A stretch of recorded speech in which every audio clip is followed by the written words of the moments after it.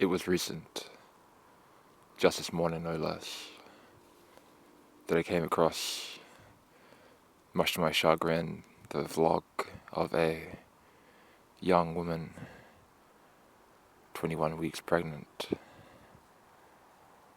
As is invariably typical in these circumstances wherein I'm confronted with such, the immediate sense it was engendered within me was one of revolt, of disgust. But, as was not typical in such circumstances, in this instance I made to sit with it for a time in order to examine it, to probe it, the sensation that is, to get to the root of it, to put a name to it. Of course, when one is honest with themselves, one of the first associations one is likely to make in their mind is that of the distended belly of an Ethiopian child, say, living in abject poverty, kind of images that one was, in Western countries, exposed to via Oxfam commercials, say. And this, of course, occurred to me in this particular instant, but I knew there was more. There was an overwhelming sense of rot and decay, not the sense of vibrancy, of a new life, of potential, of anything good at all.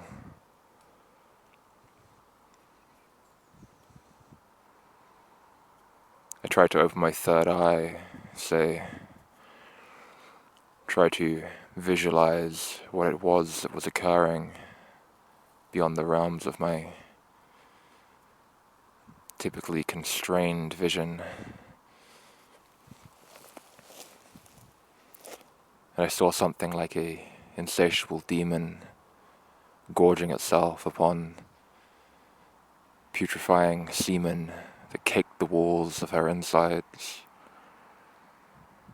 I almost vomited in disgust.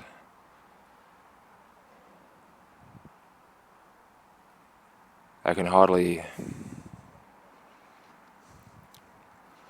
understand, hardly fathom in the least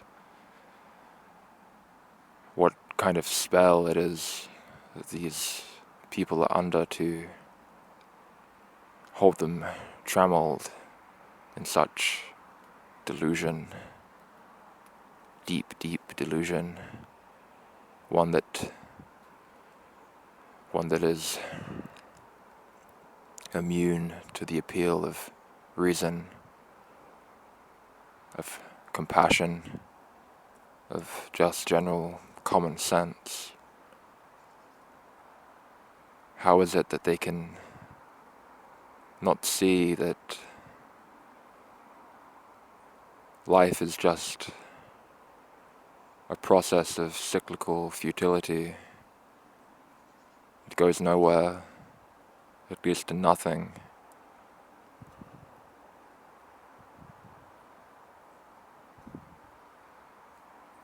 And yet, these people seem to be under the impression that it does.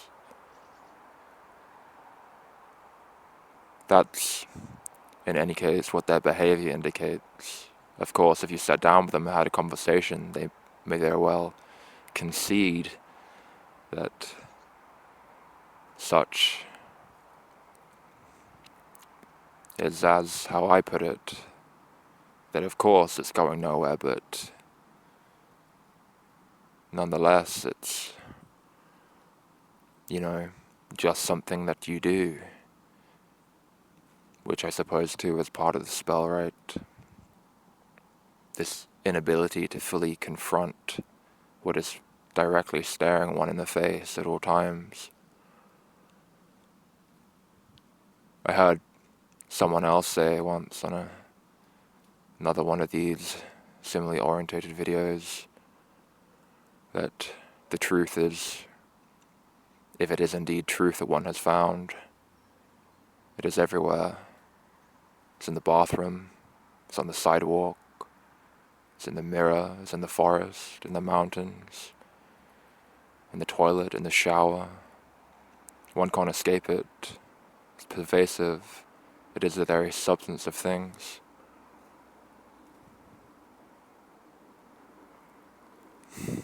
And so one can only conclude that either I and those who think in a similar fashion as myself are utterly deluded, or those that we condemn and or pity are utterly deluded.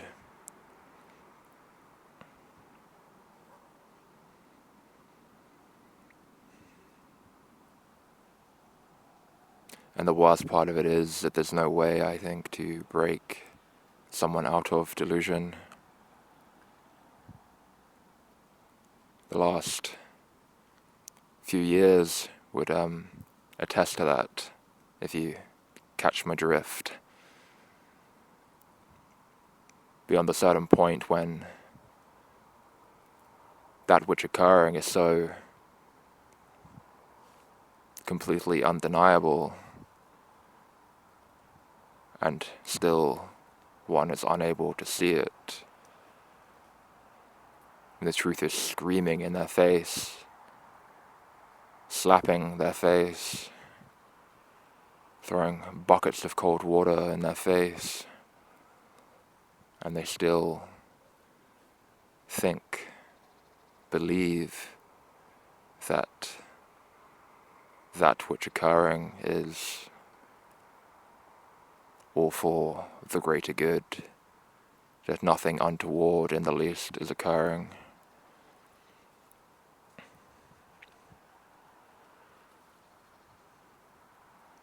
You can't break someone out of that spell. It's written into the very fabric of that which they are.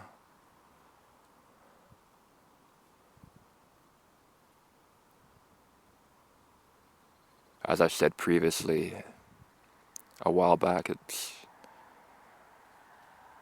not politically correct to draw attention towards the fact that there are these incredibly vast, irreconcilable gulfs of discrepancy between certain groups of human beings in this realm.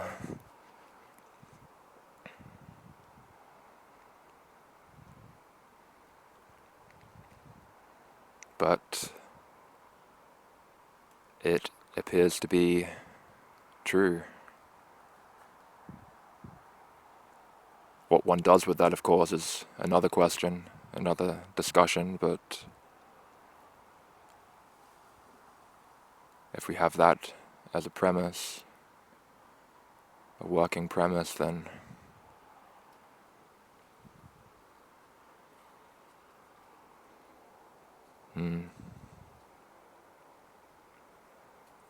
what to do?